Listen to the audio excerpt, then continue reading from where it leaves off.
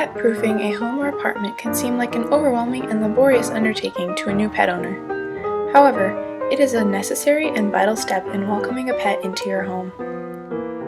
Taking the time to pet-proof your home will not only protect your new furry friend, but it can also help you tidy up around the house. The first step to pet-proofing is to identify all of the chemicals within your home. This includes antifreeze, insecticides, fertilizer, cleansers, detergents, bleach, and medications. You can find more detailed lists of common household poisons online. The next step is to identify possible hazards within your home and properly place them out of reach or within protective barriers to prevent accidents from occurring. This includes tucking cords away or covering them, making sure there are screens in front of any fireplaces in your home, and putting child gates up around any areas in your house that could pose a threat to your pet. These areas include the kitchen, which is full of yummy ingredients that are toxic to your pet. For more tips, tricks, and steps to pet-proof your home, check out the links in the description box below. For dogs, the big things are, one is making sure that they're not gonna be able to run off. So if you have a yard, making sure that the fence is solid and goes all the way down to the ground. Some dogs need it to go a little bit below the ground. And again, at the front door, making sure that people know not to, say, leave the door open when you're bringing in and out groceries, which maybe you do now, so their puppy couldn't just run out. Okay. Then we need to make sure that they can't eat things they're not supposed to eat, which dogs love to do.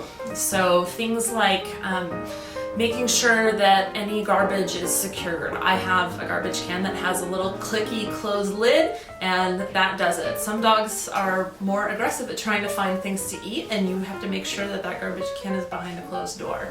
And another thing is just making sure that food gets put away from the counter so that doggies aren't jumping up to try and get that. Some dogs will do silly things like try to chew on furniture or try to chew on shoes. And part of what you can do to avoid that, one is to make sure they have appropriate things to chew on, because chewing is a normal, natural behavior. And also crate training, where they learn how to stay in their own space, and so then if they're not supervised, that they won't be getting into things they're not supposed to. For cats, it's generally safer to keep them indoor only. Some cats really love to go outside, and they're gonna really try, but let's just assume that we have an indoor only kitty. If we can, again, make sure that they can't get into anything that they're gonna eat that they shouldn't eat. And that is, some people with cats end up having to put baby-proof locks on the cupboards, because cats are very smart and they'll figure out how to open your cupboard doors. So that can be really important. They also, especially when they're kittens, some kittens will do things like try to chew on power cords, so you may need to make sure that your cords for your computers, that the kitten isn't left alone in a room with a lot of that. They're not very likely to hurt themselves too much, but they could damage your stuff, which we don't want either. And then another thing is just making sure, again, like the dogs, to make sure they have appropriate things to play with. So cats might want to scratch your furniture, but they may do less of that if they have good scratching posts. Unfortunately, even the most careful owner's pets can consume a toxic item.